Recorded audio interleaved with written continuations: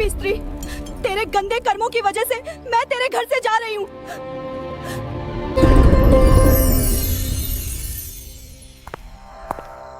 क्या आप जानते हैं, कुछ घर ऐसे होते हैं जहां मां लक्ष्मी कभी प्रवेश नहीं करती।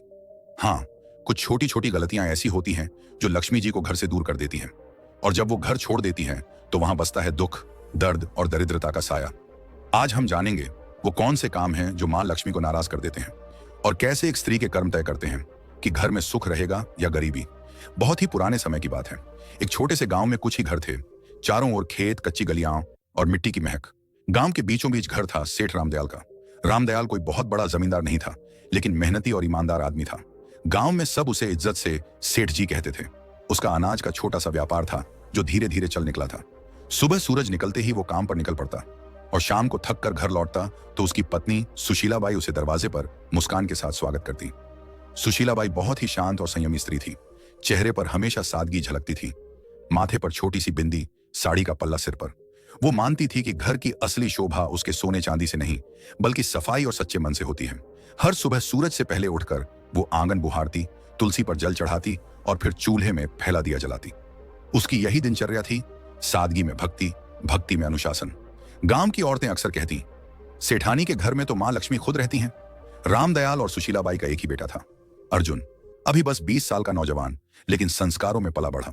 अर्जुन दिन भर पिता के काम में हाथ बंटाता और रात को मां के पास बैठकर उनकी बातें सुनता।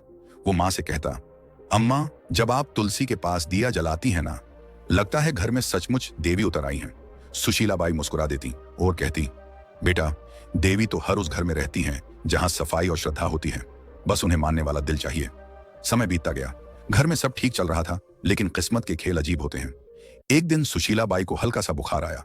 उन्होंने सोचा 2 दिन में उतर जाएगा, लेकिन वो बुखार दिन ब दिन बढ़ता गया। पहले थकान, फिर कमजोरी, और धीरे धीरे हालत ऐसी कि वो रसोई तक नहीं जा पाई। रामदयाल ने गांव के वैद्य को बुलाया। वैद्य जी ने नाड़ी देखी, कुछ जड़ी बूटियां दी, लेकिन असर नहीं हुआ। दिन पर दिन सुशीलाबाई की तबीयत बिगड़ती चली गई। घर का माहौल जो पहले हंसी और पूजा की ध्वनि से भरा रहता था, अब सन्नाटे से घिरने लगा। रामदयाल अक्सर रात को आंगन में बैठकर सोचता, क्यों अचानक ये सब हो गया? कहीं मेरी कमाई में कोई गलती तो नहीं, या हमने किसी का मन दुखाया हो? वो ऊपर आसमान की तरफ देखता और मन ही मन मां लक्ष्मी से कहता, मां, जो भी भूल हुई हो क्षमा करना। लेकिन जवाब में बस हवा की धीमी सरसराहट सुनाई देती। अर्जुन हर पल मां के पास रहता, उनके लिए काढ़ा बनाता, सिर दबाता, और धीरे धीरे ये समझने लगा कि घर की नींव मां ही होती है। सुशीलाबाई के बीमार पड़ते ही घर का सारा क्रम बदल गया था। जो रसोई हमेशा चमकती थी, अब वैसी नहीं रही। सफाई में ढिलाई आने लगी। पूजा भी कभी होती, कभी नहीं। धीरे धीरे वो पवित्रता जो घर की पहचान थी, जैसे फीकी पड़ गई। एक रात जब सेठ अपनी पत्नी के सिरहाने बैठा था, उसने कहा, सुशीला, मैं सोच रहा हूं अब अर्जुन की शादी कर दूं। सुशीलाबाई ने धीरे से आंखें खोली। इतनी जल्दी? अभी तो वो बच्चा है। रामदयाल ने कहा, अब वो बच्चा नहीं रहा। घर को संभालने वाला समय आ गया है, और मैं चाहता हूं कि जब तक तुम हो, नई बहू को अपने हाथों से देख लो। ये कहते कहते उसकी आवाज भारी हो गई। सुशीलाबाई ने कुछ पल सोचा, फिर बोली, अगर तुम्हें लगता है कि यही सही है तो कर दो। अगले ही दिन उसने तय कर लिया कि वो अपने बेटे के लिए एक सच्चरित्र और संस्कारी लड़की ढूंढेगा, जो घर को फिर से वैसे ही सजा दे जैसे उसकी पत्नी ने किया था। गांव में खबर फैल गई कि सेठ रामदयाल अपने बेटे अर्जुन के लिए बहू ढूंढ रहे हैं। चौपालों पर बैठे बुजुर्ग हों या कुएं पर बातें करती औरतें, सबके बीच यही बात घूम रही थी। कोई कहता, सेठ जी को बड़ी खानदान की बहू चाहिए होगी, तो कोई जवाब देता, नहीं, वो तो सादगी और संस्कारों वाले घर की लड़की ही पसंद करेंगे। धीरे धीरे यह बात पूरे इलाके में फैल गई। हर कोई जानता था कि सेठ रामदयाल अपने बेटे की गृहस्थी बसाने की तैयारी कर रहे हैं। रिश्तों की चर्चा शुरू हुई तो आसपास के गांवों से लोग सुझाव देने आने लगे। हर कोई अपने घर की बेटी की तारीफ करता। सेठ सबकी बातें सुनता, लेकिन हर बार उसके मन में एक ही बात घूमती, सौंदर्य या अमीरी से घर नहीं चलता, घर तो संस्कारों और संयम से बनता है। उसी दौरान उसका पुराना परिचित गोविंद जी मिलने आया। उसने कहा, सेठ जी, मेरे रिश्तेदार के घर एक लड़की है, नाम राधा। सीधी सादी, घर संभालने वाली और बड़ों का आदर करने वाली। मुझे लगता है वो आपके घर के लायक है। सेठ ने कहा, अच्छा, मैं जाकर देख आता हूं। अगले दिन सुबह वह अकेले ही निकल पड़ा। पहले के जमाने में पिता ही जाकर लड़की देखा करते थे। दोपहर तक सेठ उस गांव पहुंचा जहां राधा का घर था। घर सादा था, आंगन साफ और वातावरण में सादगी थी। राधा के पिता ने आदर से स्वागत किया। बातचीत के दौरान राधा पानी लेकर आई, सिर झुकाए, शांत और संस्कारी। सेठ ने मन ही मन कहा, यही है वो लड़की जिसमें घर बसाने की समझ है। उसी दिन सेठ ने वहीं पर रिश्ता पक्का कर दिया और कहा, अब बस शुभ दिन निकालिए, मैं अपनी बहू जल्द ही घर लाऊंगा। घर लौटकर उसने सुशीलाबाई से कहा, मैंने लड़की देख ली, नाम राधा है, स्वभाव बहुत अच्छा है, सूरत में सादगी है, आंखों में आदर झलकता है। सुशीलाबाई ने शांत स्वर में कहा, अगर तुम्हें मन से ठीक लगी है तो वहीं सही, लड़की वहीं अच्छी जो घर को अपनाए। सेठ ने सिर हिलाया। मन को सुकून मिला है, लगता है अब घर फिर से बस जाएगा। कुछ ही दिनों में रिश्ता तय हो गया। शुभ मुहूर्त निकला और दोनों घरों में खुशी की लहर दौड़ गई। समय बीता और शादी का दिन आ गया। सादगी से मगर पूरे रीति रिवाजों के साथ विवाह हुआ। राधा अब सेठ रामदयाल के घर की बहू बन चुकी थी। शादी को कुछ हफ्ते बीत चुके थे। घर में नई रौनक थी, सब कुछ जैसे फिर से जीवंत हो उठा था। राधा सुबह जल्दी उठती, आंगन में जल छिड़कती, तुलसी को प्रणाम करती और रसोई में मां अन्नपूर्णा का भोग तैयार करती। सुशीलाबाई के चेहरे पर सुकून था। उन्हें लगता था जैसे घर में मां लक्ष्मी खुद आकर बस गई हूं। लेकिन जैसे जैसे दिन बीते, राधा की आदतें बदलने लगी। वो अब सुबह देर तक सोने लगी और कुछ ही दिनों में आंगन की सफाई का समय बदल गया। पहले सूर्योदय से पहले झाड़ू की आवाज आती थी, अब सूरज ऊंचा चढ़ आता था, तब भी आंगन में बिखरे पत्ते वैसे ही पड़े रहते। एक सुबह सुशीलाबाई तुलसी पर जल चढ़ाने निकली तो देखा कि झाड़ू कोने में पड़ी है और राधा अभी तक नहीं उठी। वे कमरे में गईं और धीरे से बोली, बेटी, अब तो सूरज आंगन तक आ गया, उठ जा, घर की रौनक सुबह की सफाई से शुरू होती है। राधा ने उनींदी आंखें खोली और बोली, मां जी, आज बहुत नींद आ रही थी, बस थोड़ा और सोने दीजिए। सुशीलाबाई ने कहा, बेटी, देर तक सोने से मन में सुस्ती आती है और जब मन सुस्त हो जाए तो लक्ष्मी जी भी घर का रास्ता भूल जाती है। सुबह की हवा और सूरज की किरणें घर की बरकत होती हैं, इन्हें यूं मत खो। राधा ने हल्की मुस्कान दी, मां जी, मैं कल से ध्यान रखूंगी। लेकिन अगले दिन वही हुआ। सूरज निकला, आंगन में सन्नाटा रहा और तुलसी की मिट्टी सूखी पड़ी थी। कुछ दिनों बाद एक और बात हुई। राधा झाड़ू लगा रही थी, गलती से उसके पैर से लग गई। सुशीलाबाई ने देखते ही आवाज लगाई, राधा बेटी, झाड़ू को पैर मत लगाना, ये मां लक्ष्मी का प्रतीक होती है। राधा ने हंसते हुए कहा, अरे मां जी, ये तो बस झाड़ू है, गलती से लग गया, अब इसमें क्या अपशकुन। सुशीलाबाई ने झाड़ू उठाकर दीवार के पास रखते हुए बोला, बेटी, यही तो गलती है। जब इंसान छोटी बातों को हल्के में लेता है तब बड़ी बरकतें उससे रूठ जाती हैं। झाड़ू सिर्फ सफाई का औजार नहीं, ये लक्ष्मी जी का आशीर्वाद है जो गंदगी दूर करती है। राधा ने हल्के स्वर में कहा, मां जी, आप भी ना हर चीज को पूजा बना देती हैं। सुशीलाबाई मुस्कुराई, मगर आंखों में चिंता उतर आई। धीरे धीरे राधा का ध्यान घर की सफाई और रसोई से हटने लगा। एक रात वह खाना बनाकर थक गई और झूठे बर्तन चूल्हे के पास ही छोड़कर सोने चली गई। आधी रात को जब सुशीलाबाई पानी पीने उठी तो देखा कि रसोई में झूठे बर्तनों का ढेर लगा है। सुबह उन्होंने राधा से कहा, बेटी, रसोई मां अन्नपूर्णा का घर है, वहां गंदगी छोड़ना ठीक नहीं, रात की गंदगी से नकारात्मकता पनपती है। राधा ने कहा, मां जी, आप तो बस चिंता करती रहती हैं, मैं साफ कर दूंगी ना अभी। सुशीलाबाई ने गहरी सांस लेकर कहा, बेटी, जो काम शाम का हो उसे सुबह तक टालना बरकत को टालना है। साफ रसोई से ही सुख का आरंभ होता है। राधा ने कुछ नहीं कहा, पर उसके चेहरे पर थकान और अनिच्छा साफ झलक रही थी। शाम का समय था, सूरज ढल चुका था और घर में दिया जलाने का वक्त था। तभी राधा ने झाड़ू उठाई और आंगन बुहारने लगी। सुशीलाबाई ने तुरंत आवाज लगाई, राधा, शाम को झाड़ू नहीं लगाते बेटा, इस वक्त मां लक्ष्मी घर में प्रवेश करती हैं। राधा ने बिना रुके कहा, मां जी, जब दिन में वक्त नहीं मिलता तो शाम को ही सफाई करनी पड़ती है, इससे क्या फर्क पड़ता है। सुशीलाबाई दरवाजे पर खड़ी होकर बोली, फर्क पड़ता है बेटी, शाम को झाड़ू लगाने से लक्ष्मी जी का आशीर्वाद बाहर निकल जाता है। बरकत सिर्फ कमाई से नहीं आती, आदतों से आती है। राधा ने झाड़ू एक ओर रख दी और बोली, मां जी, मैं आपकी इज्जत करती हूं, पर अब जमाना बदल गया है, लोग ये सब बातें नहीं मानते। सुशीलाबाई ने शांत स्वर में कहा, बेटी, जमाना बदल सकता है लेकिन घर की नींव नहीं, जो परंपरा से जुड़ा रहे वही स्थिर रहता है। कुछ दिन बाद एक और घटना हुई। राधा ने खाना खत्म होने के बाद झूठे बर्तन चूल्हे के ऊपर रख दिए। जब सुशीलाबाई ने देखा तो बोली, बेटी, चूल्हा मां अन्नपूर्णा का आसन है, वहां झूठे बर्तन नहीं रखे जाते। राधा ने बिना ऊपर देखे कहा, मां जी, मैं बस जगह की कमी से रख दिए थे, बाद में धो दूंगी।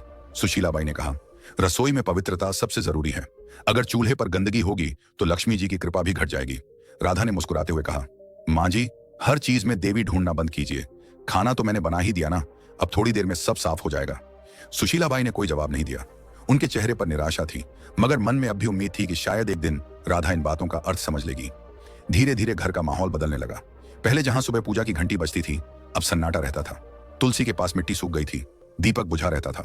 सुशीलाबाई अब भी हर सुबह तुलसी के सामने खड़ी होकर कहती, हे मां, इस घर पर अपनी कृपा बनाए रखना, मेरी बहू को सही समझ देना।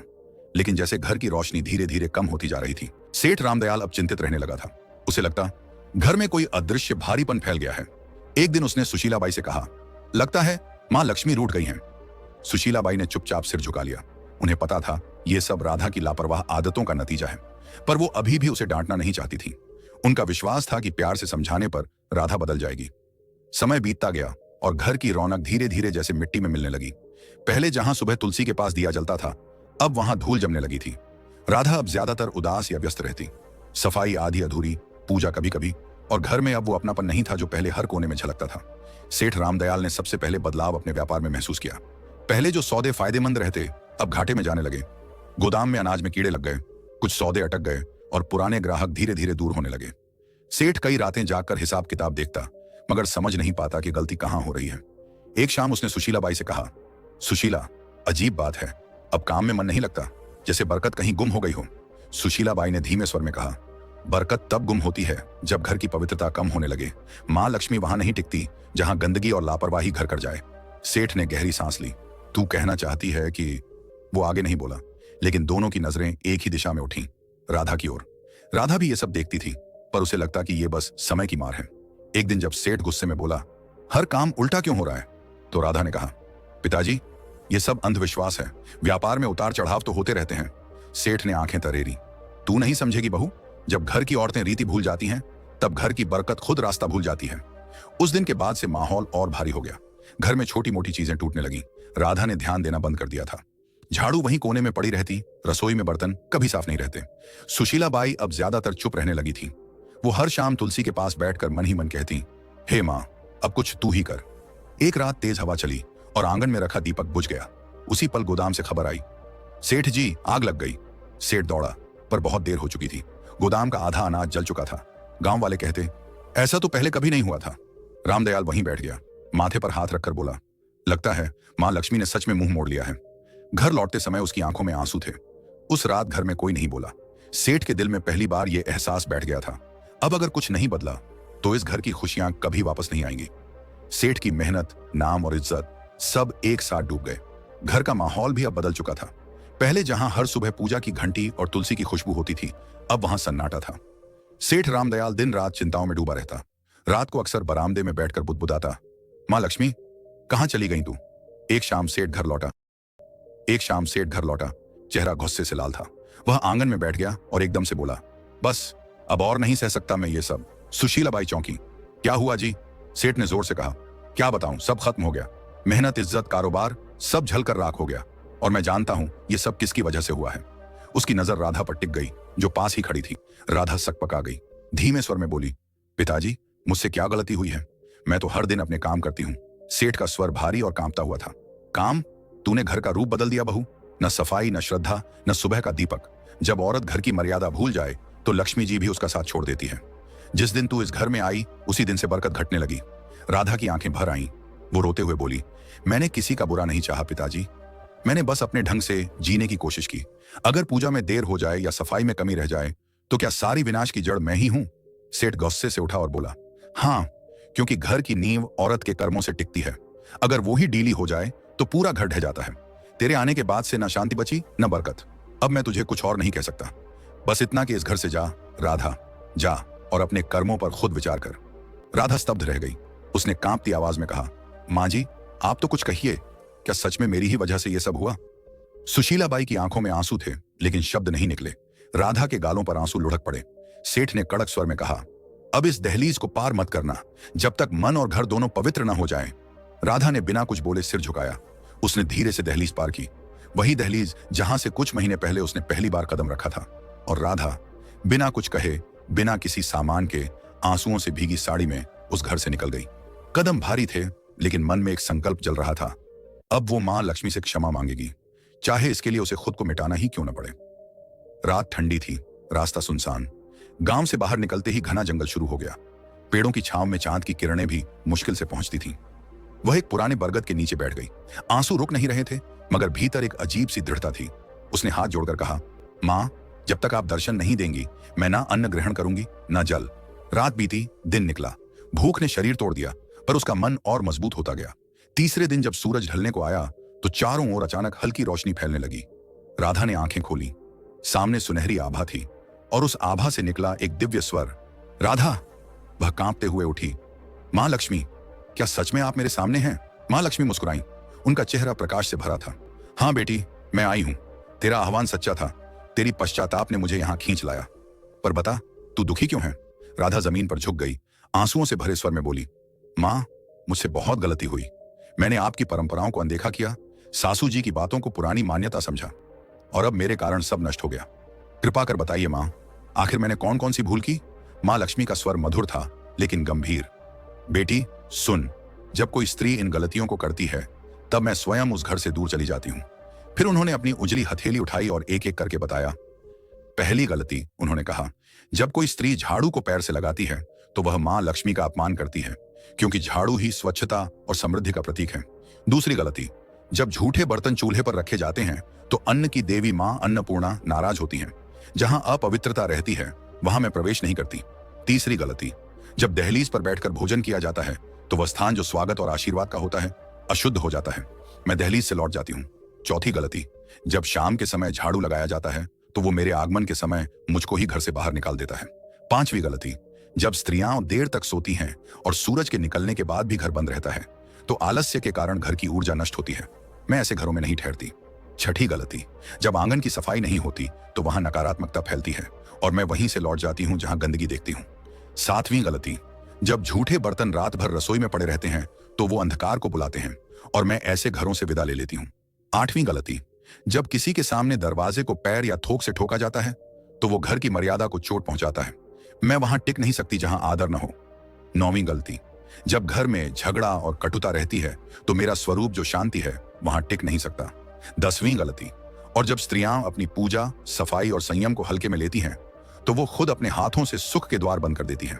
मां लक्ष्मी की आवाज धीमी हुई, याद रखो बेटी, मैं हमेशा वहीं बसती हूं जहां स्वच्छता, श्रद्धा और सच्चा मन होता है। ये रीति नहीं, जीवन का संतुलन है। राधा की आंखों से आंसू रुक नहीं रहे थे। उसने कांपते हुए कहा, मां, अब समझ गई, घर की रौनक सजावट से नहीं, आदर और पवित्रता से आती है। मां लक्ष्मी मुस्कुराई, तूने गलती मानी है, अब तेरा घर फिर उजलेगा। जा बेटी, अपने ससुराल लौट जा, तेरे लौटते ही बरकत भी लौटेगी। इतना कहकर देवी का रूप धीरे धीरे प्रकाश में विलीन हो गया। राधा वहीं झुकी रही, हाथ जोड़कर बोली, मां, मैं आपका वचन निभाऊंगी, अब इस जन्म में फिर कोई ऐसी भूल नहीं करूंगी। फिर उसने सिर उठाया, आंसुओं में मुस्कान थी, और कदम गांव की ओर बढ़ा दिए। जैसे ही उसने दहलीज पार की, सुशीला बाई दौड़कर आई और आंसुओं के साथ बोली, राधा, तू लौट आई।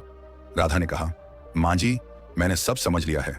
मां लक्ष्मी घर में तभी बसती हैं जब सफाई, पूजा और श्रद्धा साथ हों। उसी दिन से घर में फिर रौनक लौट आई, व्यापार संभल गया और पूरे गांव में चर्चा होने लगी। सेठ जी के घर में मां लक्ष्मी फिर से बस गई। दोस्तों, याद रखिए, जो स्त्रियां घर में गंदगी रखती हैं, देर तक सोती हैं, रसोई में झूठे बर्तन छोड़ती हैं, शाम को झाड़ू लगाती हैं, दहलीज पर बैठती हैं या सफाई को हल्के में लेती हैं, उस घर में कभी मां लक्ष्मी प्रवेश नहीं करती। ऐसे घरों में सुख नहीं